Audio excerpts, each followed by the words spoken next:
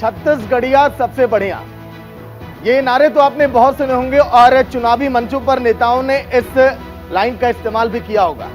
लेकिन आज के दिन न्यूज इंडिया अपनी खास पेशकश लेकर आया छत्तीसगढ़ के जमीनी हकीकत को लेकर, क्योंकि साल के अंत में वहां पर होने वाले हैं विधानसभा चुनाव। आज के दिन हम जानेंगे कि आखिर कौन नेता वहां पर है बढ़िया।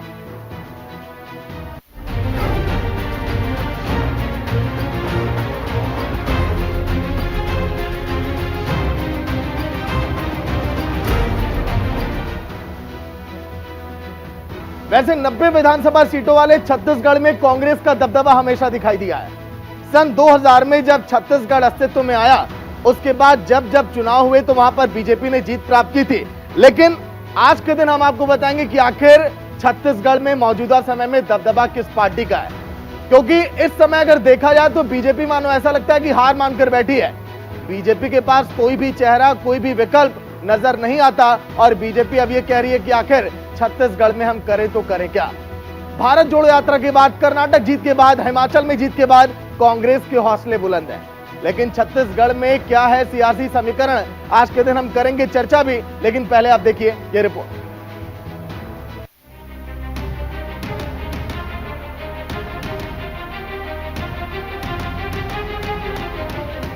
साल के अंत में छत्तीसगढ़ में होने वाले विधानसभा चुनाव अब बेहद ही दिलचस्प मोड़ पर आ चुके हैं। छत्तीसगढ़ में कांग्रेस की गढ़ में बीजेपी सेंधमारी की तैयारी में है। क्या बीजेपी राज्य की सबसे पुरानी पार्टी को कोई नुकसान पहुंचा पाएगी? राज्य के राजनीतिक हालात को देखते हुए साफ दिखाई दे रहा है कि बीजेपी का सीधा मुकाबला कांग्रेस से नहीं बल्कि मुख्यमंत्री भूपेश बघेल की छत्तीसगढ़ी छवि से है। बघेल ने प्रदेश के निवासियों में छत्तीसगढ़ी पहचान जगाने का काम किया है। उन्होंने हर आयोजन, अवसर और उत्सव को राज्य की पहचान से जुड़ा है। इसके साथ ही राज्य सरकार ने ग्रामीण अर्थव्यवस्था को मजबूत करने के प्रयास में कोई कसर नहीं छोड़ी है। राज्य में 1.5 दशक तक सत्ता में रही बीजेपी कांग्रेस की ताकत से वाकिफ है। यही वजह है कि उसने प्रदेश के नेतृत्व में बड़े बदलाव किए हैं। पार्टी प्रदेश की जनता के बीच पहुंचकर न सिर्फ केंद्र की सरकार की योजनाओं की खूबियां गिना रही है, बल्कि भूपेश बघेल सरकार के कार्यकाल में हुई कथित अनियमितताओं को भी उजागर कर रही है। छत्तीसगढ़ राज्य 2000 में अस्तित्व में आया और तब से यहाँ 4 बार विधानसभा चुनाव हो चुके हैं। इनमें से 3 चुनावों में बीजेपी को जीत मिली, जबकि चौथे चुनाव में कांग्रेस को जीत मिली। अब कांग्रेस लगातार मजबूत होती जा रही है। 2018 के विधानसभा चुनाव में कांग्रेस ने 90 विधानसभा सीटों में से 68 पर जीत हासिल की थी। पार्टी ने बाद के उपचुनाव में अपने आधार को और मजबूत किया और वर्तमान में उसके 71 विधायक हैं, जबकि बीजेपी के पास 14 विधायक हैं। इसके अलावा जनता कांग्रेस छत्तीसगढ़ की 3 और बहुजन समाज पार्टी के 2 विधायक हैं। राज्य के सभी 14 नगर निकायों में कांग्रेस के मेयर हैं। चुनाव से पहले सारे समीकरण कांग्रेस के पक्ष में दिखाई दे रहे हैं। ऐसे में बीजेपी के पास अगर कुछ है तो वो केवल प्रधानमंत्री नरेंद्र मोदी का चेहरा और उनके सरकार की योजनाएं। कुल मिलाकर चुनाव से पहले सीएम भूपेश बघेल लगातार क्षेत्रों का दौरा कर रहे हैं। वहीं कांग्रेस को सत्ता से बेदखल करने के लिए बीजेपी लगातार भूपेश बघेल की सरकार पर हमलावर है। क्षेत्रीय पार्टियां जातिगत समीकरण के अनुसार अपने अपने दावे कर रही हैं। ऐसे में देखना दिलचस्प होगा कि जनता किस पर भरोसा करती है और चुनावी नतीजे किस दल के पक्ष में जाते हैं। Bureau report, news India.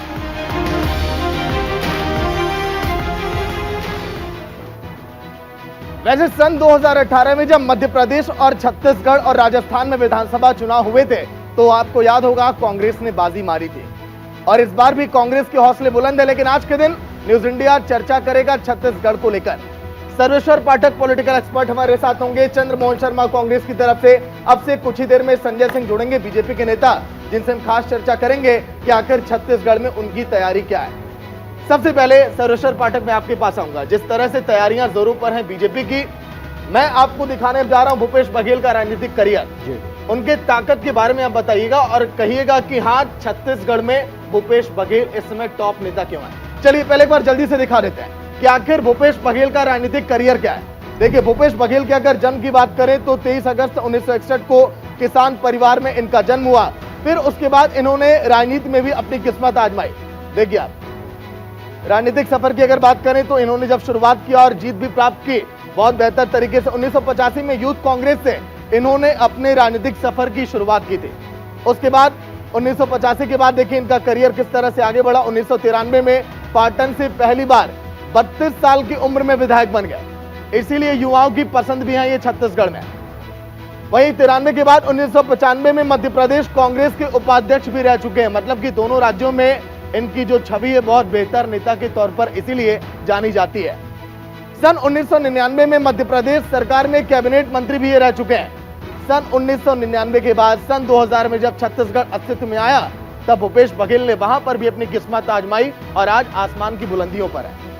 सन 1993 से 2000 तक मध्य प्रदेश हाउसिंग बोर्ड के डायरेक्टर भी रह चुके हैं भूपेश बघेल।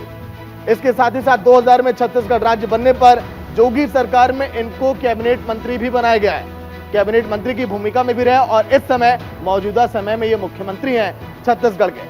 2003 से 8 तक विधानसभा में उपनेता प्रतिपक्ष भी ये रहे। लगातार बीजेपी सरकार पर हमला बोलते रहे और यही वजह रही कि गांधी परिवार के करीबी होते चले गए और आज इनकी छवि कितनी बेहतर है छत्तीसगढ़ में किसी से छुपी हुई नहीं है। सन 2014 में छत्तीसगढ़ कांग्रेस के अध्यक्ष भी बने थे भूपेश बघेल।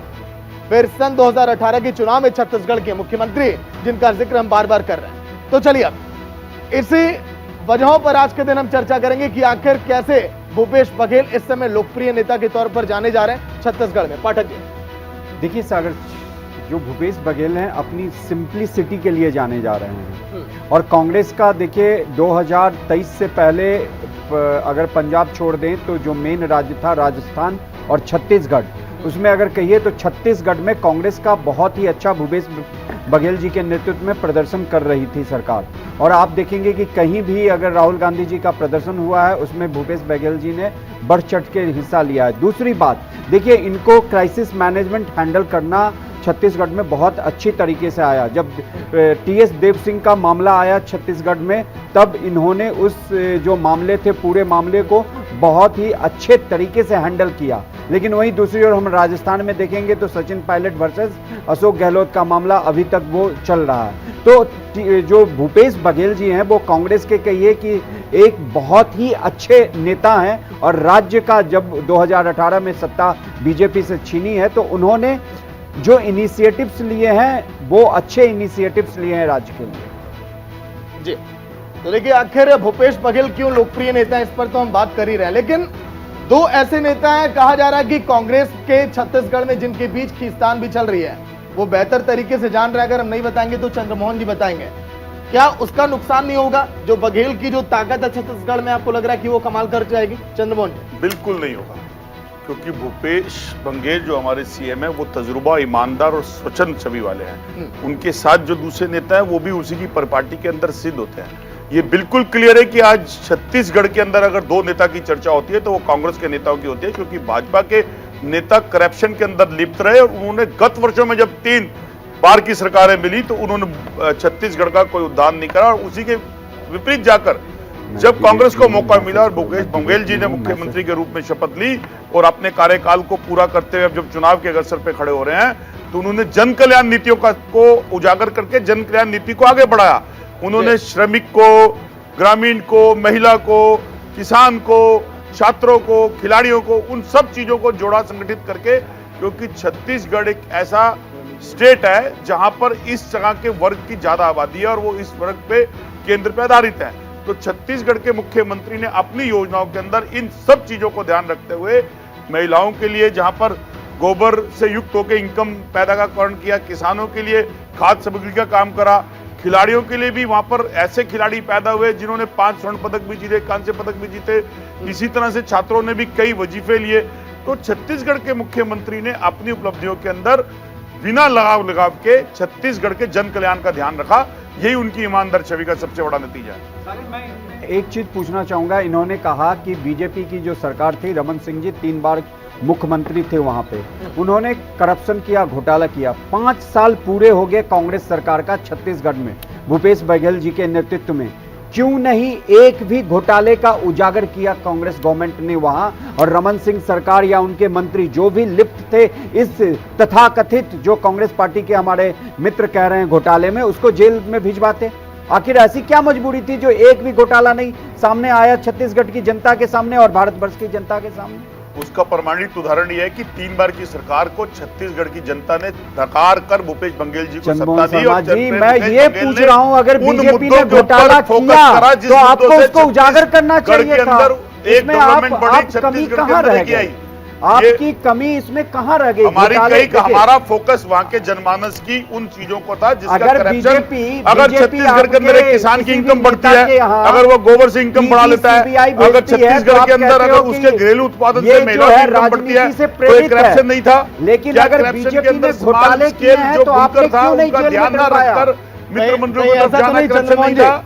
चंद्रमोहन जी, भूपेश बघेल जी डर रहे हो कि ऐसा ना हो कि हम राज खोलें तो केंद्र की तरफ से हमारी तरफ भी उंगली उठ जाए? देखिए, वही है, मैं यही कहना चाह रहा हूं कि अगर नेता रमन सिंह जी के नेतृत्व में जो बीजेपी की सरकार थी उसमें घोटाले हुए 3 टर्म में 15 साल जो सरकार रही, तो क्यों नहीं भूपेश बघेल जी इतने कुशल नेतृत्व के अंदर में उस घोटाले को उजागर किया? 5 साल पूरे होने वाले, मात्र 4 से 5 महीने बचे पाठक पड़े। ये भी तो हो सकता है बघेल जी रिस्क ना लेना क्या चाहते हो। नहीं, विपक्ष- अंदर खाने विपक्ष सर डरा हुआ है ना कि क्या? विपक्ष तो बार बार कह रहा है केंद्र की जांच एजेंसियां हैं सर। अरे तो आप जब वहां सत्ता में काबिज हो और आप ही आरोप लगाते हो कि क्या बीजेपी के नेता दूध के धुले हैं, क्या वो वॉशिंग मशीन में धुल के साफ हो जाते हैं? तो अरे आपकी 5 साल की सरकार है, थी वहां पे, है, चल रही है, आपने एक भी घोटाले क्यों नहीं उजागर? एक कांग्रेस अब हो सकता हो ये भी ना चाह रही डीके शिव कुमार की तरह चुनाव के पहले हमारे ऊपर गाज गिर जाए। देखिए, उसका उदाहरण मैं अपने मित्र को देता हूं कि जहां आरक्षण की नीति के ऊपर कांग्रेस सरकार ने आरक्षण पे काम करा और आरक्षण को बढ़ा के दिया, उसकी फाइल आज तक राज्यपाल जी ने वापस कर दी, फिर उसको सत्र बुला के पूरा करना पड़ा। ये किसके इशारे पे हुआ? केंद्र के इशारे पे।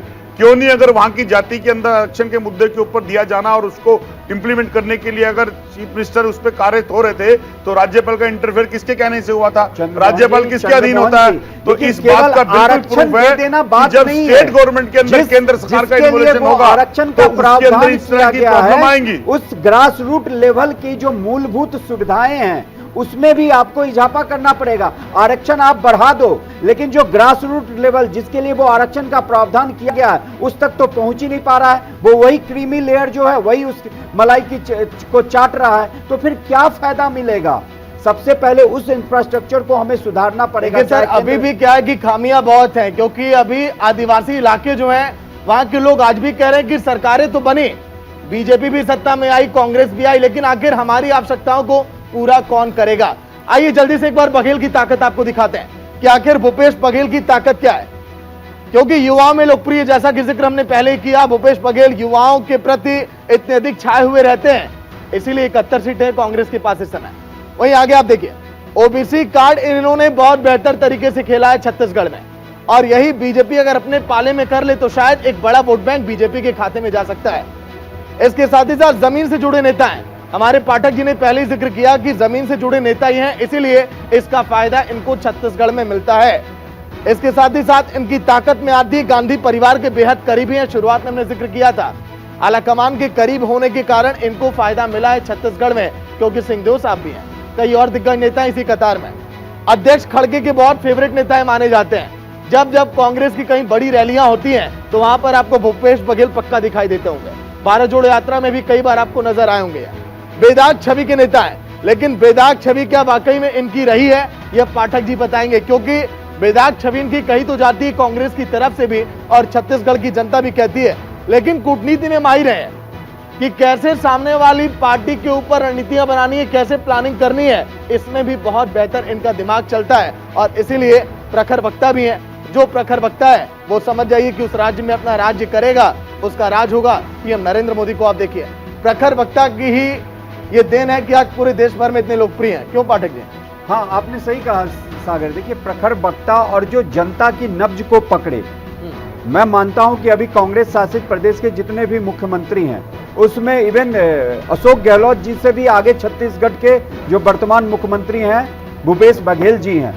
मैंने बोला ना कि जो उनकी जो क्राइसिस मैनेजमेंट है, आप देखिए टीएस देव सिंह का जो मामला आया, किस तरीके से आराम से उन्होंने निपटा दिया और प्रदेश की जनता के लिए काम कर रहे हैं। लेकिन दूसरी ओर जो आपने कहा कि राहें आसान नहीं है, वो सचमुच में राह आसान नहीं है, क्योंकि बीजेपी जो वहां की सरकार को हर पल घेर रही है, मुद्दों पे बात कर रही है, घेर रही है, जिसमें एक गौधन, आप आगे बात करेंगे, उस पर हम अभी चर्चा करेंगे। लेकिन चंद्रमोहन जी देखिए, बड़ी विडंबना है, आदिवासी समाज के लोग आज भी कहते हैं छत्तीसगढ़ में कि कोई भी सरकार बनी हो हमारी आवश्यकताओं को कोई पूरा नहीं कर पाया। अपने आप को हमेशा वो छला हुआ महसूस किए हैं। क्या लग रहा है, आदिवासी वोट बैंक जाएगा क्या आपके पाले में? देखिए बिल्कुल नहीं, आदिवासी योजनाओं के अंदर भी इस बार की जो योजनाओं के अंदर हमारे मुख्यमंत्री ने जो योजना दी उसमें गोधन योजना दी, न्याय विधान योजना दी, स्वावलंबन योजना दी, सक्षम योजना दी, ऋण योजना दी, संस्कार अभियान योजना दी और पोषण अभियान योजना दी। ये सब वो है जो छोटे और निम्न वर्ग के लोगों के लिए बेस्ड है, जिसके अंदर आदिवासी युक्त भी आते हैं और उन्हीं पोषण के लिए। क्यों आज अगर महिला है वहां पर, महिला रहने के बाद अगर उनके घर में पशु है तो उस पशु पालन के ऊपर गौ के साथ भी वो अगर इकट्ठा कर रही है तो उसको भी व्यापार कर रही हैं, वो भी उनका बिक रहा है। तो ऐसे कई उदाहरण है छत्तीसगढ़ के अंदर जिसके अंदर ग्रामीण और महिलाओं के लिए उद्दीकरण के लिए बहुत सारे कार्य करे गए। इसी बेस के ऊपर छत्तीसगढ़ के अंदर एक ईमानदार छवि के मुख्यमंत्री ने अपने पूरे 5 साल एक अच्छे कर्मों के साथ आगे ले जाकर छत्तीसगढ़ की मिसाल कायम करी है। तो चलिए एक बार फुल फ्रेम में लाइएगा, क्योंकि हमारे मेहमान देखिए जुड़ चुके हैं, संजय सिंह भी बीजेपी की तरफ से, क्योंकि छत्तीसगढ़ में बीजेपी डरी हुई है। सर मान तो रहे हैं ना, क्योंकि बीजेपी तो मान भी चुकी है कि लग रहा है कि वापसी यहां पर हो नहीं पाएगी। लेकिन सवाल से पहले एक बार बघेल सरकार के काम में गिना देता हूं बीजेपी के लिए, ताकि ये पता चले कि इस पर वाकई में कितना काम हुआ है। चलिए शुरुआत करते हैं। नक्सल घटनाओं में कमी आई है लगातार छत्तीसगढ़ में, और इसीलिए ये प्लस पॉइंट है कांग्रेस के लिए, भूपेश बघेल के लिए। नक्सल घटनाओं में कमी के साथ ही साथ आगे भूपेश बघेल के काम रहे। बस्तर संभाग में 196 गांवों में बिजली पहुंच गई है। नक्सलवादी इलाकों में बिजली का पहुंचना, आप अंदाजा लगाइए कितनी बड़ी उपलब्धि है बघेल सरकार के लिए। वहीं ग्रामीण आधारित योजनाओं से गांवों की आय में वृद्धि हुई है। जो ग्रामीण लोग हैं उन्हें क्या चाहिए? रोटी, कपड़ा, मकान। लेकिन अगर उनके पास रोटी का जुगाड़ अगर हो रहा है, उनकी आय में वृद्धि हो रही है, तो वो भी खुश हैं इस समय। वही सरकार का ग्रामीण आधारित योजनाओं पर फोकस है। पिछले 2 साल से भूपेश बघेल लगातार गांव-गांव में जा रहे हैं, लोगों के बीच जाकर ये पूछ रहे हैं कि बताइए मेरी योजनाएं आप तक पहुंची क्या, और उसमें कामयाब भी रहे हैं। मुख्यमंत्री हाट बाजार क्लिनिक से लोगों का फायदा हो रहा है। हाट बाजार क्लिनिक, जगह जगह पर क्लिनिक लगाए जा रहे हैं ताकि लोगों का रूटीन चेकअप हो सके और लोगों तक मेडिकल की सुविधाएं भी पहुंच सके। मेडिकल वैन साप्ताहिक हाट बाजार में खड़ी होती है। ये वैन जाकर लोगों का हालचाल जानती है, वहां पर रूटीन चेकअप करती है और फिर वो रिपोर्ट भी तुरंत ही लोगों को मिल जाती है। सोचिए छत्तीसगढ़ आज किस तरह से विकास कर रहा है। वहीं प्रदेश के साथ ही साथ दूसरे राज्यों में भी ये दिखाई दे रहा है। बीपी, शुगर, मलेरिया, मोतियाबिंद जैसी जो सामान्य जांच है तुरंत ये की जाती है, तुरंत इसकी रिपोर्ट भी लोगों को दी जाती है। इसीलिए छत्तीसगढ़ की जनता कह रही है कि हम खुश हैं। अभी योजना से अब तक लगभग 63 लाख से ज्यादा लोगों को फायदा भी मिला है। अब चलिए चर्चा कर लेते हैं, क्योंकि देखिए बहुत ये फहरिस्त बड़ी लंबी है। संजय जी देख रहे हैं आप कितने बेहतर इन्होंने काम किया छत्तीसगढ़ में। हाँ, इन्होंने बहुत बेहतर काम किया है। हाँ, इन्होंने जितने हिंदू थे, गरीब परिवार थे, वो क्रिश्चियन में कन्वर्ट हो गए, धर्म परिवर्तन कराया इन्होंने। मुझे लग ही रहा था कि मामला धर्मांतरण पे आएगा। एक मिनट, इन्होंने धर्मांतरण में कोई कमी नहीं छोड़ी। जितने गरीब हिंदू जहां मिले उनको धर्म परिवर्तन करवाने के लिए इन्होंने खूब उसकी आजादी दी। इन्होंने नक्सलवादियों के साथ जबरदस्त समझौता किया कि तुमको जो हमसे चाहिए लो, और अपना नक्सल का जो एक उनका जो खूनी क्रांति है वो खूनी क्रांति बने रहे और एक समझौतावादी स्थिति के साथ ये चलते रहे। जिसके राज्य में हॉस्पिटल की व्यवस्था की दुर्गति होगी उसे ही घूम घूम के कैंप लगाना पड़ेगा। नहीं तो जहां ग्रामीण परियोजनाओं के तहत ग्रामीण अस्पताल बनाए जाएंगे वहां पे अलग से ब्लड प्रेशर और ये हाई ब्लड प्रेशर, शुगर, ये सब जांच कराने की आवश्यकता नहीं है। अपने खोखले विकास को ढकने के लिए बघेल साहब ने ये गांव में बीपी, शुगर का चेक करा के जनता को बेवकूफ बनाने का कार्य किया।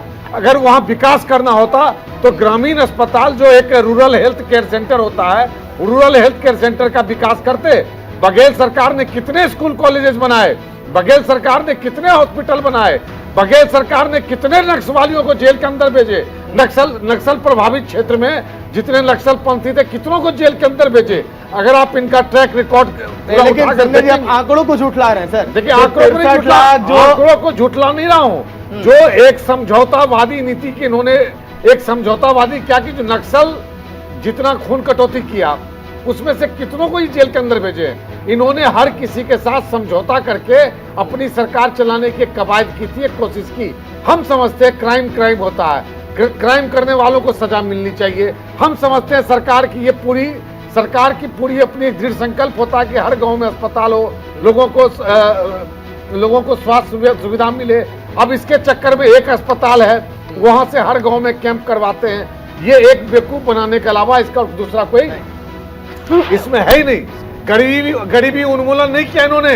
इन्होंने नहीं, हिंदू संजय गरीब जी, को संजय जी, खत्म, सुनिए सर, हिंदू मैं गरीब आपको को इसीलिए खत्म रोक रहा करके हूं। धन परिवर्तन सर किया। अगर हमारे घर में एक बुजुर्ग आदमी है, वो अगर इलाज कराने नहीं जा पा रहा है, उसकी तबीयत खराब है, अगर घर पर मैं जवाब मेडिकल दूंगा। वैन आ गई तो सर इसमें आपत्ति क्या है सर? इन्होंने सीनियर सिटीजन में आप बुजुर्ग की बात कर रहे हैं, इसका मतलब सीनियर सिटीजन वेलफेयर की हम बात करते हैं। सीनियर सिटीजन वेलफेयर के अंदर इन्होंने कितना धन आवंटित किया, आप ट्रैक रिकॉर्ड निकाल कर देख लीजिए। नहीं सर, ऐसा नहीं होता है। जब हम अस्पताल के निर्माण में कहीं ना कहीं से कमी छोड़ते हैं तो हम उसको ढकने के लिए उसी डॉक्टर को हर हफ्ता कहीं हर गांव में घुमा घुमा के हम ये बताने की कोशिश करते हैं कि हम आपके स्वास्थ्य के प्रति जिम्मेदार हैं। दरअसल ये स्वास्थ्य के प्रति सरकारी जिम्मेदारी नहीं है, ये बघेल सरकार कोई RWA नहीं चला रहे जवाब दे रहे हैं, जो लगे कौन जगह सा जगह जवाब कैंप देंगे? लगाएंगे। बहुत भाजपा आरोप के बघेल नो- सरकार एक सरकार है। संजय सुन जिसे लीजिए, अस्पताल पहले देना है। बहुत तसल्ली से सुन लीजिए। भाजपा के 9 साल बेकार और बेदम।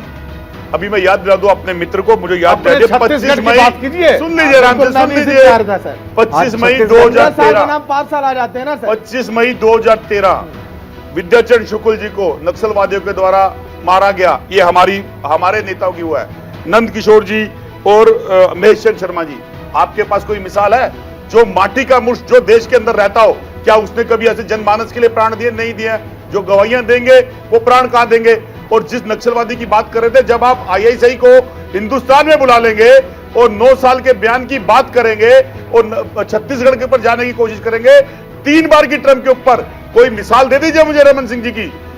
5 साल होने वाले हैं, 5 साल के अंदर भूपेश जी की कई मिसालें हैं। ग्रामीण के अंदर उद्दीपन करना, शिक्षा के ऊपर, खेल के ऊपर, स्वास्थ्य के ऊपर, किसान की योजना के ऊपर। आप मुझे एक परियोजना बता दीजिए आपने 15 साल के अंदर रमन सिंह जी के अंदर। और क्योंकि आपको ध्रुवीकरण करना, ध्रुवीकरण के सिवा आपके पास कुछ नहीं आता। अगर आप कहीं जाएंगे जहां पर समुदाय ईसाई का होगा, वहां ध्रुवीकरण करेंगे। जहां मजहब के अंदर मुस्लिम ध्रुवीकरण होगा, ध्रुवीकरण करेंगे। अभी आपने मुंह की खाई है कर्नाटका के अंदर, फिर भी सुधर नहीं रहे। देश अमन और भाईचारा चाहता है, देश मोहब्बत की दुकान चाहता है। नहीं, देश मोहब्बत- निहार रहा उस सरकार के ऊपर, चंद्रमोहन जिस जी, सरकार को मोहब्बत 2014 में की चुना दुकान था। चाहता है तो 9 साल के अंदर आज तक तुष्टीकरण ध्रुवीकरण एक ही- खत्म नहीं हुआ। एक ही- कितने बांग्लादेशी लोग एक बेटी करे ही आपने? संप्रदाय का कि क्यों आपके होता रहते है? हुए 10 साल 9 साल के ये अंदर 3,000 हिंदुओं का धर्मांतरण आज छत्तीसगढ़ में हुआ है। आप उस पे जैसे आप लोग क्या कहेंगे? देश के अंदर ध्रुवीकरण पैदा करते हैं और मुद्दों से ध्यान हटकाते हैं। क्योंकि देश का मुद्दा बेरोजगारी, अर्थव्यवस्था, महंगाई और देश की डेवलपमेंट और देश के इंफ्रास्ट्रक्चर को जो 70 साल को आपने बेच दिया। आपने क्या बनाया? क्या बनाया? सेंट्रल विस्टा प्रोडक्ट, संसद भवन, जिसमें महामहिम के निरादर कर देना और ना उनको मुहूर्त पे बुलाना, ना सागर उसकी डिबेट नींव कहाँ पे जा बुलाना। रहा है? आज हम मुद्दा वहां कहाँ जोड़ा जा जा रहा रहा है? है। छत्तीसगढ़ डिबेट नहीं घुमाई जा रही, मुद्दा जोड़ा जा रहा है। आप घुमा रहे हैं क्योंकि क्योंकि आप आपके जैसे पास लोग जवाब भी अगर नहीं है। 9 साल का मैंने बखान पहले ही गाएंगे माना तो हमें कि अगर विपक्ष की रमन भूमिका में आपको सरकार याद ने दिलाना 15 पड़ेगा। साल में नहीं, सर। घोटाले किए तो नहीं, आप उसका चंद्रमोहन जवाब जी, दीजिए। एक क्यों नहीं हम रमन 9 साल सरकार वाली को गिरफ्तार बीजेपी पे किया चर्चा गया? नहीं कर रहे हैं सर। 70 साल में इतनी अभी चर्चा नहीं सागर होगी सर- जो 9 साल की चर्चा हो सागर जाएगी। से हाँ, एक सर। बार बंदा बोलने लगेगा, कई साल बोलता रह जाएगा। सागर जी सर सुनिए सर मेरी बात। अभी देखिए पूरा देश और पूरा चैनल बात कर रहा है देश के ऊपर सर। अभी इस समय मीडिया का कोई चैनल नहीं है जो छत्तीसगढ़ की जनता को हकीकत बिल्कुल बचाए। ठीक बात है। और इसीलिए हमने शुरुआत ये की है सर, ताकि आप लोग छत्तीसगढ़ पे बात करिए सर। नहीं, छत्तीसगढ़ में बात कर रहे हैं, मैंने छत्तीसगढ़ में कोई बात नहीं करी है। दुर्भाग्यपूर्ण बात है कि जिसने विद्याचरण शुक्ल जी की हत्या करी, हम उसी के साथ समझौता करके अपनी सरकार चला रहे हैं। इससे दुखद इस देश तथ्य क्या है? में, इससे दुखद इस तथ्य देश क्या है में और आपके कुछ पास? हो ही नहीं सकता। बलगा रहे हैं आप अरे देश मैं तो को। वकील लगा हूं। तथ्य क्या है आपके जो पास? आप बोल रहे हैं मैं उसी को बोल रहा हूँ। ISI को बुला रहे जिसने हैं, वो कांग्रेस को आईना विद्याचरण शुक्ल दिखाएंगे। के हत्यारों के साथ आपके रहते हुए समझौता 70 साल किया। के अंदर ISI आ वही जाए, उसको सरकार है प्रमाणित करके आप छत्तीसगढ़ की सरकार। इंस्पेक्टर बना के आप उसको खुद अपने मुखिया जुबान बना से के कह बुला रहे रहे हैं। हैं। वो हत्यारों के प्रमाणित साथ करेंगे। समझौता करने झूठ वाले बोल रहे कह हैं रहे हैं आप। आप। तथ्य क्या है आपके पास? आप एक शहादत को कलंकित कर रहे हैं, क्योंकि आपका नियम शहादत कलंकित करते करना हैं। है। ये कोई आप हर बार हाथ कलंकित मारोगे? करते हैं उस चीजों को। ये कोई आजादी के लिए झूठ बोल मारोगे? रहे हैं आप। अरे जिस झूठ बोल रहे हैं आप। नक्सलवाद ने मारा, तथ्य क्या है आपके पास? आपने उसके साथ तथ्य हाथ क्या है मिलाकर आपके पास? अपने कांग्रेस नेताओं की तौहीन की है। झूठ। जब कुछ बोलने का ना हो, देश मुद्दे की तरफ देखता है। 2014 में महंगाई सागर। दूर हुई क्या? बेरोजगारी दूर हुई क्या? 2000 मुझे करोड़ रोजगार चंद्रमोहन देंगे। जी, मुझे बातें बताइए करी। बीजेपी आज ने 2 साल गुजर जाने के बाद चंद्रमोहन जी, छत्तीसगढ़ के स्टेट नहीं है छत्तीसगढ़ प्रधानमंत्री। चलिए सर, क्या छत्तीसगढ़ के में लिए कोई कांग्रेस नेता ने नहीं बेरोजगारी बनता कितनी दूर की? प्रधानमंत्री छत्तीसगढ़ में नक्सलवादी इलाकों में कितना काम किया कांग्रेस ने? छत्तीसगढ़ में जो वहां के आदिवासी हैं वो कितने नाखुश हैं, इस पर भी चर्चा हम करेंगे।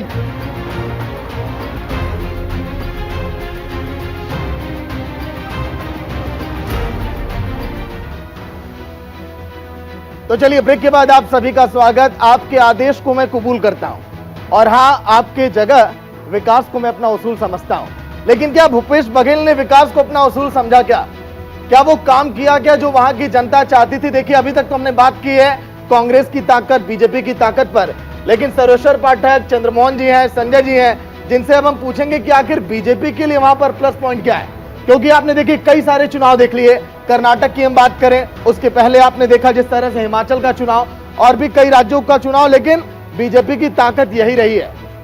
पीएम मोदी चेहरा आपको दिखाई दिए होंगे, क्योंकि छत्तीसगढ़ में अभी विकल्प के तौर पे कोई दिखाई नहीं देता, ये अब संजय जी बेहतर बताएंगे। लेकिन केंद्र की सरकार की योजनाओं को लेकर बीजेपी अब घर घर घूम रही है कि केंद्र की सरकार ने क्या बेहतर काम किया है, वो अब हम दिखाते हैं। वही देखिए, लोकसभा में बीजेपी का अच्छा प्रदर्शन रहा है, छत्तीसगढ़ में यह भी एक प्लस पॉइंट रहा है अभी तक के लिए बीजेपी के लिए। इसके साथ ही साथ बीजेपी की ताकत की इस कड़ी में हम बात करें, राज्य में 1.5 दशक तक सत्ता में बीजेपी रही है। ये कांग्रेस अगर भूल गई तो शायद ये बहुत बड़ी गलती होगी। 15 साल तक रमन सिंह रहे वहां पर सीएम के तौर पे, और देखिए तमाम नेता इसी तरह से अब जगह जगह जा रहे हैं, प्रचार भी कर रहे हैं। तो चलिए, बीजेपी की ताकत को अगर चंद्रमोहन जी आप अगर कम आग गए तो शायद ये भूल होगी आपके लिए। 15 साल तक रही है बीजेपी वहां।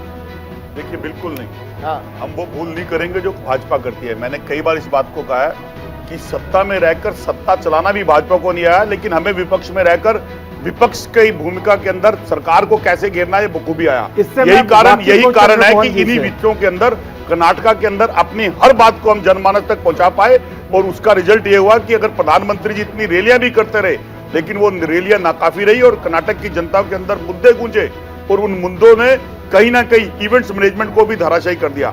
ठीक आज इसी तरह से छत्तीसगढ़ में भी होगा, क्योंकि छत्तीसगढ़ की जनता ने जो परिवर्तन की लहर भूपेश जी के हाथ में दी थी, उनको उन्होंने चलाते हुए आज डेवलपमेंट की लाभ के ऊपर लाके खड़ा करा हुआ।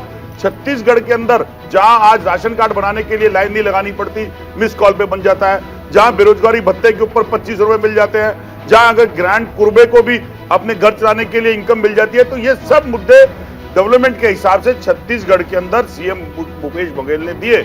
अब मुद्दे को हमने जब तक जनता के पास, आज सबसे बड़ा मुद्दा जो केंद्र सरकार के थ्रू जाएगा वो बेरोजगारी, महंगाई और देश के अंदर इंफ्रास्ट्रक्चर का, और उसके ऊपर जो स्वास्थ्य की सुविधाओं का है। इस मुद्दे को भी हम साथ लेके चलेंगे और भूपेश बघेल जी के साथ हम इन मुद्दों को छत्तीसगढ़ में उठाएंगे। चलिए पाठक जी कुछ कह रहे हैं, जवाब दें। हाँ, मैं अभी हमारे चंद्रमोहन शर्मा जी ने बोला कि भाजपा को सरकार में रह के भी सरकार चलाना नहीं आया। मैं इनके इस बात से बहुत ही इत्तेफाक रखता हूं, इसलिए रखता हूं कि देखिए, कांग्रेस खुल के तुष्टीकरण की राजनीति करती है, बीजेपी हिंदुत्व का चेहरा होती है, लेकिन जब सत्ता में आती है तो उसके लिए जो चीज उनको चाहिए लेकिन वो नहीं कर पाती है।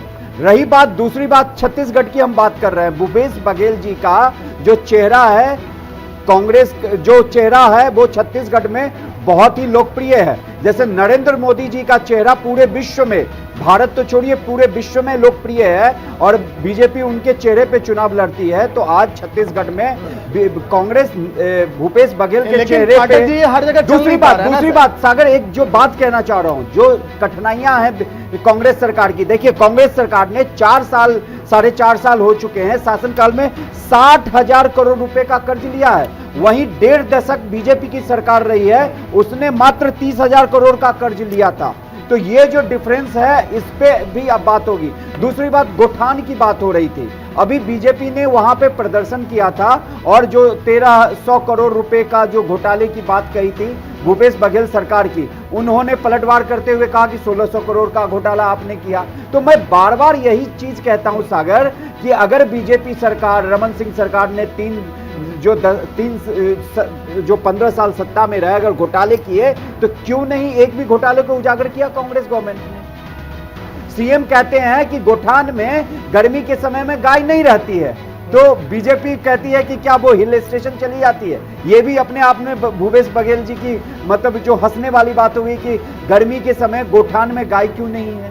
तो ये जो चीजें हैं ना, ये कहीं कहीं जो उन्होंने जो भी डेवलपमेंट या जो भी विकास किया है वो उनके आड़े आ जाता है। अब 60,000 करोड़ को लेके मात्र 4 साल के शासन में राज्य को कर्ज में डुबो रहे हो।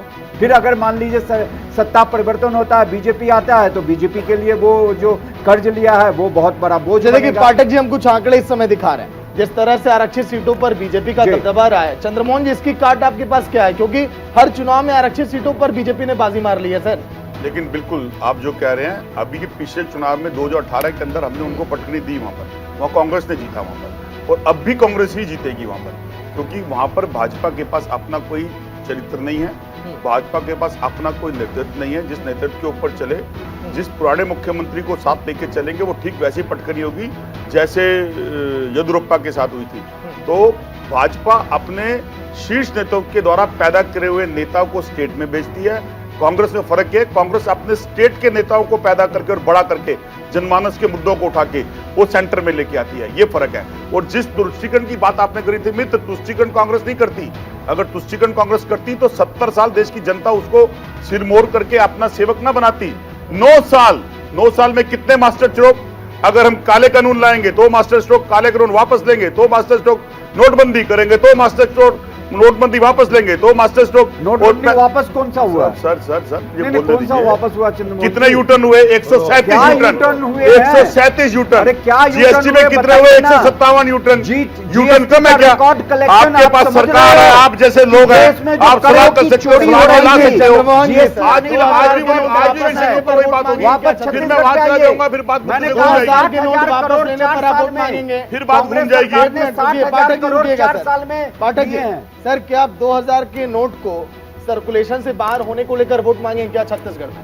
देखिए बिल्कुल नहीं। सर हम फिर मैं बस ये कह रहा हूं सर, इन मुद्दों को आज हम छत्तीसगढ़ की चर्चा में शामिल नहीं कर सकते हैं। नहीं, हम मुद्दे नहीं शामिल कर रहे। आप ही मैं बार-बार उनकी जा रहे हो तुष्टीकरण ना। की बात को नहीं, बता रहा हूँ। तुष्टीकरण तो करती है। तुष्टीकरण आप हिंदू मुस्लिम भी करोगे, तुष्टीकरण आप सिख ईसाई और हिंदू भी करोगे, तो आप कहोगे धर्म परिवर्तन हो रहा है। 3,000 लोगों का भाजपा धर्म करने की बात परिवर्तन कर आप रही है। करवा रहे हो संजय जी से और कांग्रेस देखिए सरकार सर, कुछ नहीं कर रही है। अरे आप जैसे पत्रकार भाजपा की बातें बोलेंगे तो फिर तुष्टीकरण तो अपने आप होगा। अरे भाई, प्रेषण तुष्टीकरण किससे कैसे होगा? करवाते आप प्रेषण हो? सरकार से होगा, आप पे- विपक्ष से आप होगा। पे सवाल जब का आपके निशान जैसे उठेगा ना। चाटुकार बैठ के 3,000 सरकार से लोगों प्रेषण ना का करे धर्मांतरण और विपक्ष से क्यों हो रहा पूछे है? तो सत्ता पक्ष के तो हिंदू हिम्मत है, बढ़ेगी। उसको हिंदू क्यों नहीं आप रहने कह रहे हैं, दिया आप जा प्रेषण रहा है? क्यों नहीं खड़ा करते? क्या आप मुसलमान इस देश का आदिवासी नागरिक नहीं क्षेत्रों में है? जाके क्या ईसाई इस देश का हिंदुओं नागरिक का नहीं धर्मांतरण में है? 9 क्यों साल पे लिखते अगर हो? आपने तुष्टीकरण करा तो उसका हल क्यों नहीं करा? आपने देश की सत्ता ने हमारे को उतार दिया, जनता ने हमारे को सत्ता से, हम हाथ जोड़ के मान गए। लेकिन 2 बार की सत्ता आपके जैसे है, तो आप जैसे बुद्धिजीवी ने क्यों नहीं सरकार को बताया कि इसका रास्ता यह है? क्यों नहीं बांग्लादेश की जो तुष्टीकरण हुआ, क्यों नहीं बांग्लादेश बांग्लादेश की लड़ाई में राजनीति आपकी कौन मानिए करता है? इंदिरा गांधी भाजपा जी ने करती तो है। कांग्रेस के 2 टुकड़े अरे आप किए, लोग तो कम से कम लेकिन आंखें जो खोलो। बांग्लादेशी भारत में आप लोग आया, तो नेता उसको नहीं हो। वापस यहीं रहने आप लोग क्यों तो दिया? सच दिखाओ, वापस लेकिन क्यों आप नहीं सच का बांग्लादेश अधीन भेजा हो। गया? चाटुकर्ता आज हम करते हो आप क्यों लोग। चाटुकर्ता की चाटुकर्ता बात के अंदर करें, दबे हुए हो। तुष्टीकरण की राजनीति में चाटुकर्ता के आप अंदर दबे नहीं होते हो आप करते हो। लोग। आप तुष्टीकरण लोगों से को निकलो। देश की जनता हिंदू के भी मुद्दों देश को की उठाने जनता नहीं आता, है। कांग्रेस उठाती है। हिंदू भी राहुल देश की गांधी मुद्दे जनता उठाते है। हैं तो आप उसके ऊपर प्रयास करवाते हो। आपका दायित्व है उठाने का, जिसका दायित्व राहुल हमारे गांधी दायित्व उठाते हम तो उठा रहे हैं, हैं। हम उठाते हैं, कि कांग्रेस उठाती है। तुष्टीकरण की राजनीति चलिए करती संजय है। जी इंतजार कर रहे हैं सर। देखिए संजय जी, हम इस समय देखिए मैं विषय से हटूंगा नहीं। 60,000 करोड़ का लोन, छत्तीसगढ़ में कोई बड़ा कारखाना नहीं, छत्तीसगढ़ में कोई बड़ा अस्पताल नहीं बनाया गया, छत्तीसगढ़ में कोई शिक्षा के क्षेत्र में कोई बड़ा स्कूल कॉलेजेस नहीं खोले गए। छत्तीसगढ़ में गरीबी उन्मूलन मतलब गरीबी को परिवर्तित करके उसको धनपार्जन की व्यवस्था नहीं करके गरीब का धर्म परिवर्तन करा दिया गया, धर्मांतरण करा दिया गया। वहाँ पर अवसरवाद ढूंढा गया, वहाँ पर आरक्षण के नाम पर, और उसमें भी फंसते चले गए।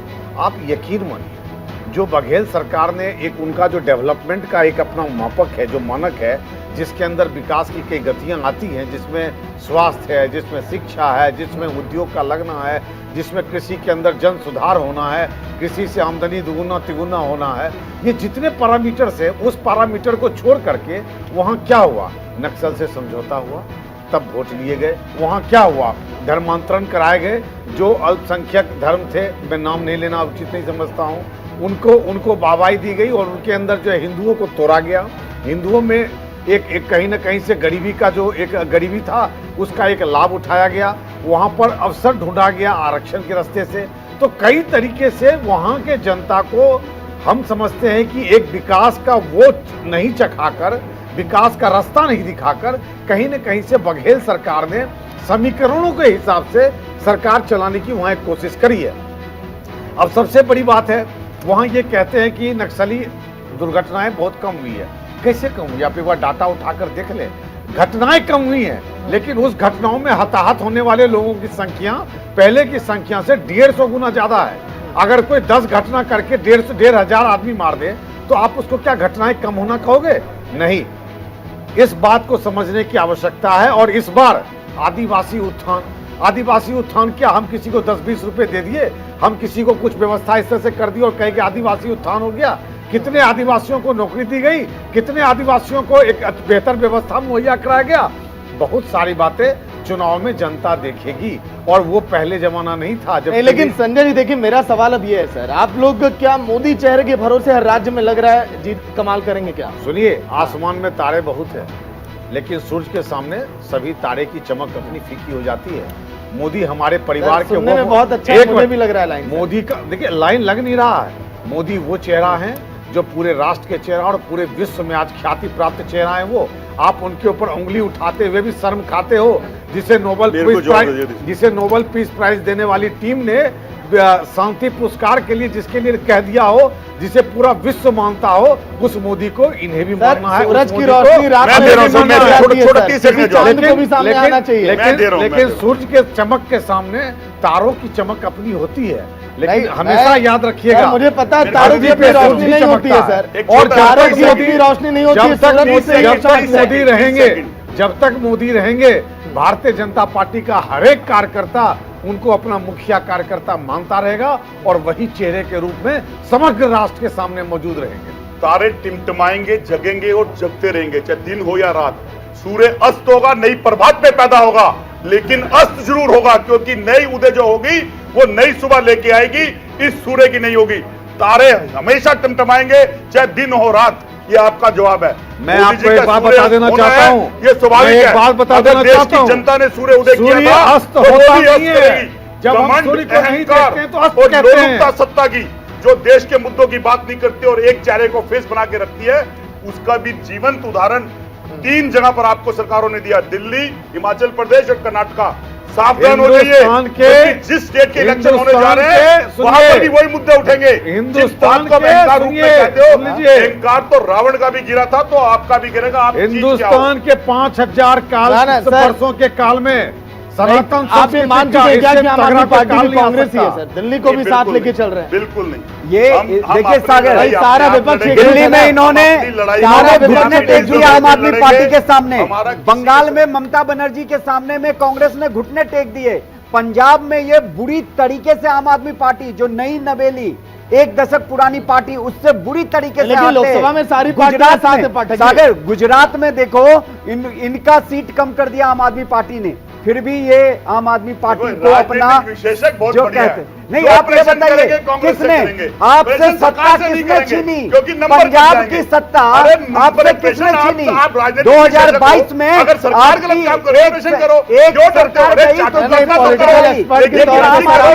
तो घुटने क्यों? आज इसी अहंकार के कारण तो आपको सरकारों से गिराना पड़ रहा है देश की जनता को। 2014 में जिस बुलंद आवाज के साथ आपके नेता बोलते थे और देश की जनता सुनती थी, आज उसी के विपरीत राहुल गांधी की बात देश की जनता सुनती है। क्योंकि समय परिवर्तन, अहंकार के मदमस्त हुई सत्ता की लोलुपता के बैठे हुए शासक सावधान हो जाएं, क्योंकि जब सत्ता परिवर्तन होता है तो देश का किसान, देश की बेटियां जो जंतर मंतर में बैठी होती है, देश का जवान, देश का छात्र एक मुश्त होकर चुनता है। मुद्दे से मत भटकिए। छत्तीसगढ़ का मुद्दा देता है। वो मुद्दा ये है कि 60,000 करोड़ का कर्ज लिया। छत्तीसगढ़ में छात्र नहीं है, छत्तीसगढ़ के अंदर महिलाएं नहीं है। आप क्या कहना चाह रहे हैं? क्या कह रहे हैं आप? मुझे बताइए, अगर भूपेश बघेल सरकार इतनी अच्छी 60,000 करोड़ का खर्च कहाँ किया? बीजेपी मात्र 30,000 करोड़, 15 साल में 30,000 करोड़, 4 साल में भूपेश बघेल ने 60,000 करोड़। इसके बारे में आप क्या कहेंगे? उसके 4 गुना बढ़ा हुआ है, कौन जवाब देगा? जीएसटी का पैसा जो सागर हम दबा के बैठा है, जो आदिवासी का वो बात करा। देखिए संजय जी, मैं ये जानना चाह रहा हूँ कांग्रेस के मित्र से 4 चीज पूछना चाहता हूँ। मुझे एक इंडस्ट्री बता दे जो बघेल सरकार ने लगाया हो, पहला सवाल। एक कोई बड़ा इंस्टीट्यूशन बता दीजिए जो नेशनल इंडिया के मैप में हो और जो बघेल सरकार के दौरान है। देखिए बेवजह इस तरह से अहंकारी बातों को नहीं करते हैं। प्रत्यक्ष को प्रमाण की आवश्यकता नहीं होती है। भारतीय राजनीति की तस्वीर बदल चुकी है और अब जो विकास के पैमाने हैं वो बदल चुके हैं। वहां के रोड के बारे में मत बताना, 6,500 किलोमीटर रोड वहां गडकरी जी ने और केंद्र सरकार ने बनाया है। वहां नक्सलियों को मारने का काम, नक्सलियों को खत्म करने का काम, दबाने का काम केंद्र सरकार की फोर्स ने किया है, वो पुलिस प्रशासन राज्य सरकार की नहीं की है। इन कामों को गिनाकर प्रधानमंत्री ग्रामीण विद्युत योजना के तहत वहां गांवों को कनेक्ट किया गया बिजली से। इसको आप बघेल सरकार में मत जोड़ देना। ऐसा कोई एक काम बता दो, 4 काम बता दो जो बघेल सरकार ने किया और जिसको हम कह सकते हैं आदिवासी उत्थान। हमें आदिवासी का परसेंटेज बताइए, कितना प्रतिशत आदिवासी शिक्षा के क्षेत्र में गया, कितना प्रतिशत आदिवासी का रहन सहन ऊपर हुआ? नहीं, कतई नहीं। विकास के पैमाने को बदलिए मत, राहुल और मोदी जी के तुलना में उसको चेंज मत कीजिए। आप जाइए बघेल सरकार के किए हुए कामों के डाटा को पढ़िए, उसके बाद आके चैनल में बताइए कि उन्होंने क्या काम एक्चुअल में विकास के लिए किया। आ गई। देखिए, जब कहते हैं कि झूठ अगर बोला जाए तो माँ सरस्वती जबान पे बैठ जाए, तो झूठ बोलते बोलते देश की जनता के सामने सच आ जाता है। मेरे मित्र झूठ तो बोल रहे थे लेकिन माँ सरस्वती ने सच दिखा दिया। बिल्कुल ठीक कह रहे हैं, आप में हमारे में फर्क है। आप अपनी इंडस्ट्री, अपना ध्येय 2 पूंजीपतियों को देते हैं और कांग्रेस अपना ध्येय, अपना सिस्टम देश के बुनकर को देती है, स्मॉल स्केल इंडस्ट्री को देती है और वहां के कॉमन आदमी को देती है। उसका उदाहरण है कि अगर गोबर बेच कर शुद्ध लाभ कमाना है तो छत्तीसगढ़ का एक उदाहरण है। और शिक्षा की उपलब्धि के अंदर अगर शिक्षा प्राप्त लेकर मेडल जीतने हैं तो उसका उदाहरण छत्तीसगढ़ है। और अगर समृद्धि विधि के अंदर महिलाओं का उद्यान देखना है तो उसका उदाहरण छत्तीसगढ़ है। और उसी का उदाहरण कोरोना के अंदर उपलब्धि के अंदर देश के प्रधानमंत्री ने भी छत्तीसगढ़ की तारीफ देके किया था, क्योंकि छत्तीसगढ़ ने एक रोल मॉडल उस उपलब्धि के अंदर भी करा था, जबकि जीएसटी का पैसा आपने रोका हुआ था। ये आप में हमारा फर्क है, क्योंकि आप नंदी को दबा देंगे, अमूल को चढ़ा देंगे और हम नंदी आगे लाएंगे, अमूल को दबा देंगे।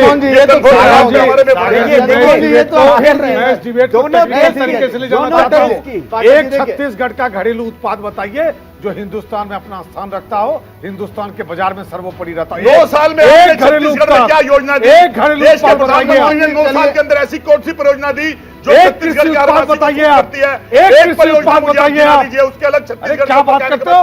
बैठ के टीवी देश के प्रधानमंत्री का और भाजपा सरकार का एक घरेलू उत्पाद तो बताओ कि छत्तीसगढ़ का इस्पात बहुत बढ़िया है, ना देना, छत्तीसगढ़ का गन्ने की खेती बहुत बढ़िया है, छत्तीसगढ़ चावल बहुत बढ़िया है। एक उदाहरण तो चाहिए, एक उदाहरण चाहिए। उदाहरण और जवाब दे दीजिए सर। अगर बच्चों के लिए स्कूल खुले, कॉलेज खुले, सर नाम बता मैं जानना चाहता हूं, मैं ज्ञानी हूं। देखिए, मुझे ज्ञान नहीं है तो सर मजा मुझे नहीं एक यूनिवर्सिटी बताओ ये तो जो 4.5 साल में बघेल सरकार ने लगाया हो 5 साल में। एक यूनिवर्सिटी, सिर्फ एक यूनिवर्सिटी बताओ आप। देखो, बेवजह की बातें हम लोग टीवी डिबेट में करते हैं, जनता गुमराह होती है, हम मोदी और राहुल पे आकर अटक जाते हैं।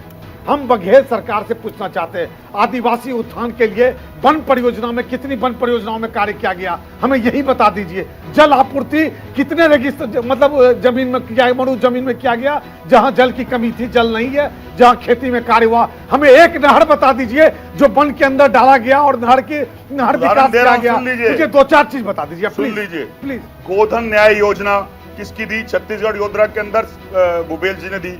नवविहन योजना किसने दी? स्वावलंब योजना आप बताइए, गोधन न्याय योजना है क्या? सक्षम योजना किसने दी? गोधन न्याय योजना किसने दी? है क्या गोधन न्याय योजना? मैं बता रहा हूँ, अभी डिटेल में देता हूँ। पोषण अभियान योजना किसने दी? ये तो बाबा रामदेव भी कर रहे हैं हरिद्वार में। किसने दी? ये बाबा रामदेव भी हरिद्वार में कर रहे हैं। किसने दी? ये बाबा रामदेव भी हरिद्वार में कर रहे हैं। गोधन योजना प्रांत होने के कारण वहाँ की गोधन योजना, आबादी एक एससी और एसटी से युक्त करती है। पूरा फोकस मुख्यमंत्री का उस पे रहा और उसकी रेटिंग करा। आपने ध्रुवीकरण करा, हमने ध्रुवीकरण नहीं करा। मैंने आपको जवाब दिया, 7 परियोजना मैंने आपको दिखाई। आप एक परियोजना दिखा दी सेंट्रल सरकार की जो छत्तीसगढ़ को दी हो। आप एक छत्तीसगढ़ के अंदर दी परियोजना बताइए। आप बताइए, मैंने तो 8 बता दिया आपको। आपने 7 में से 1 बता दीजिए। आपने 1 बता दीजिए। बिजली सप्लाई करती थी पूरे हिंदुस्तान। चलिए देखिए, आज कहां गया वो? चलिए, मैं मान लिया संजय जी कि आपकी जवाब पर आपके सवालों के आगे फेल हो गए चंद्रमोहन जी। 15 सालों में आपकी जो उपलब्धियां रही हैं सर, 2-4 आप भी बता दीजिए। बिजली परियोजना किसने दी? देश के, सुन लीजिए, मैं बता रहा हूं। कहा दी? छत्तीसगढ़ के कहा दी? हम 8 कहा दी? झूठ सप्लाई करते थे। मैंने दिखाई अभी 17 योजनाएं। कहा दी आपने? सुनिए, आइए ना चंद्रमोहन जी, 2-4 उपलब्धियां सुन लीजिए सर। आप भी 15 साल की उपलब्धियां कम नहीं होती हैं। बोलिए संजय जी। सर, पहला, विद्युत के क्षेत्र में हमने बहुत ज्यादा विकास किया था। हमने जंगलों का जो वहां पर नक्सल प्रभावित एरिया है, नक्सल प्रभावित एरिया को सड़कों से जोड़ने का काम जो नक्सल कभी बनने नहीं देते थे, उसको रमन सरकार के अंदर किया गया। और यही कारण था कि नक्सल रमन सरकार के खिलाफ आई। गांव-गांव को बिजली से जोड़ने का काम किया गया, सड़क बनाने का कार्य किया गया, जिससे कि वहां पर पुलिस आर्मी तरीके से पहुंच सके, वहां पर नक्सल दबे और विकास का काम हो। हमने वन परियोजनाओं के अंदर से जंगलों को बचाकर रखने का कार्य किया। लकड़ी के व्यापार में हार क्यों गए? नंबर 1 पे था। छत्तीसगढ़ की जनता ने 3 ऊर्जा बार के की चुनी बल पे सरकार को हरा क्यों दिया? छत्तीसगढ़ नंबर 2 पे था। इतना कम कहाँ मैंडेट क्यों गया दिया? ऊर्जा? उसका कारण 14 फैक्ट्री क्यों झूठ, बंद हुए? फरेब, चंद्रमोहन जुमला, जी, मूर्खता, चंद्रमोहन जी देखिए, नफरत, चंद्रमोहन कायरता, जी उपलब्धियां बदहाली, हमने पूछी बेईमानी, सर। प्रोपेगेंडा चंद्रमोहन और जी, सत्ता की लालच। चंद्रमोहन जी इसके एक सेकंड कारण सर, आज आप चंद्रमोहन जी एक बेहाल हो गए सेकंड, हैं। बातें नहीं करते। पाठक जी एक क्या हो गई सेकंड, है? संजय जी, संजय जी सुनिए हालत सर, ऐसी हो गई है, संजय जी, बिजली का पकवान, दही की जुबान। चंद्रमोहन जी सुनिए, पाठक जी, करना पड़ रहा है। चंद्रमोहन जी रुकिएगा एक मिनट। संजय सर, 15 सालों में आप लोगों ने इतना बेहतर काम किया सर, फेहरिस्त बड़ी लंबी आप सुना दी है, फिर कैसे सत्ता में से बेदखल हो गए सर? देखिए, हमने बेहतर काम शायद नहीं किया होगा, इसलिए हमें पब्लिक ने ये हटाया। अब आए ठीक। मैं एकदम साफ साफ बता रहा हूँ, हम पब्लिक की एक्सपेक्टेशन पे नहीं उतरे और इसीलिए बघेल सरकार को जनता ने मौका दिया। लेकिन आज मैं पूछना चाहता हूँ अपने कांग्रेस के प्रवक्ता से, हम दोनों एक मित्र भी हैं, हम नहीं चाहते कि हम राहुल और मोदी पे ले जाकर डिबेट को खराब करें। हम चाहते हैं जनता को बताना, छत्तीसगढ़ की जनता को बताना कि वहां पर सोशल इंजीनियरिंग के अलावे, वहां आरक्षण के अलावे, वहां मुस्लिम और क्रिश्चियन तुष्टीकरण के अलावे, वहां पर आदि ये नक्सलियों से समझौता के अलावे हमने कौन सा काम किया? आपको जानकर सागर जी आश्चर्य होगा, पूरे 4.5 साल में 140 नक्सली, जबकि वहां पर तकरीबन 11,000 से 14,000 नक्सली नामबंद है FIR के अंदर और 140 नक्सली सिर्फ अरेस्ट हुए हैं। चलिए देखिए सर, किसका होगा छत्तीसगढ़ का है, सीरीज का है पहला एपिसोड है और आखिरी कमेंट पर हम आ चुके हैं क्योंकि वक्त थोड़ा कम है। पाठक जी, आखिरी कमेंट आपसे, पॉलिटिकल एक्सपर्ट के तौर पे दोनों पार्टियों की तुलना आपसे। देखिए, अभी अगर देखा जाए तो छत्तीसगढ़ में सीएम भूपेश बघेल की जो छवि है वो छवि अच्छी खासी बन रही है। बीजेपी को यहाँ पे कड़ी मशक्कत करनी पड़ेगी और चुनाव में पूरी ताकत झोंक देनी पड़ेगी। साथ ही साथ लोकल नेतृत्व को बढ़ावा देना पड़ेगा और जो ये कांग्रेस से पैरा ट्रूपर्स जो लाके अपनी पार्टी में लेके आते हैं चुनाव के समय में, उस पे रोक लगानी पड़ेगी। इनके पार्टी के अपने जो कार्यकर्ता है उस पे फोकस करना पड़ेगा अभी से, तब जाके ये कांग्रेस को हराएंगे। क्योंकि सबसे बड़ी जो चीजें हैं, जो भ्रष्टाचार है छत्तीसगढ़ सरकार में और जो अंदरूनी कला है छत्तीसगढ़ सरकार में, वो बीजेपी को फायदा दे सकता है। लेकिन जमीन पे उतर के बीजेपी के वहां के लोकल नेतृत्व को लड़ना पड़ेगा।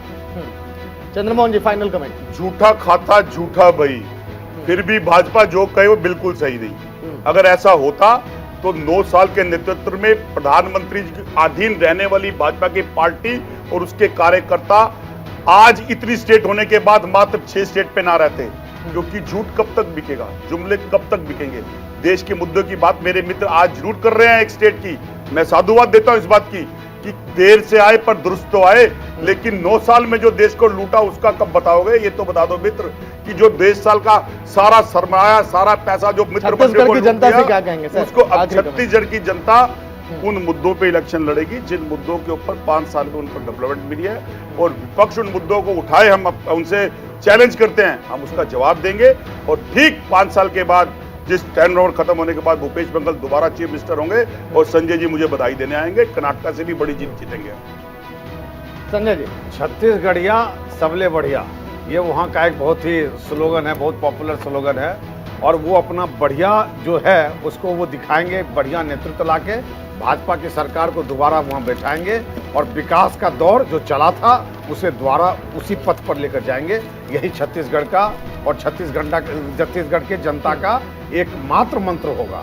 तो छत्तीसगढ़िया सर, देखिए छत्तीसगढ़िया सबसे बढ़िया आप कह रहे हैं, लेकिन वो आवाम, वहां की जनता बढ़िया होने के लिए होगी जिस पार्टी के पक्ष में वोट अप करेगी।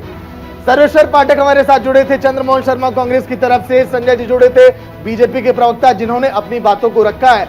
चर्चा में फिलहाल इतना ही, लेकिन एपिसोड नंबर 1 किसका होगा छत्तीसगढ़, आज के लिए बस इतना ही। मुलाकात होगी फिर अगले शुक्रवार को। देखते रहिए न्यूज़ इंडिया। नमस्कार।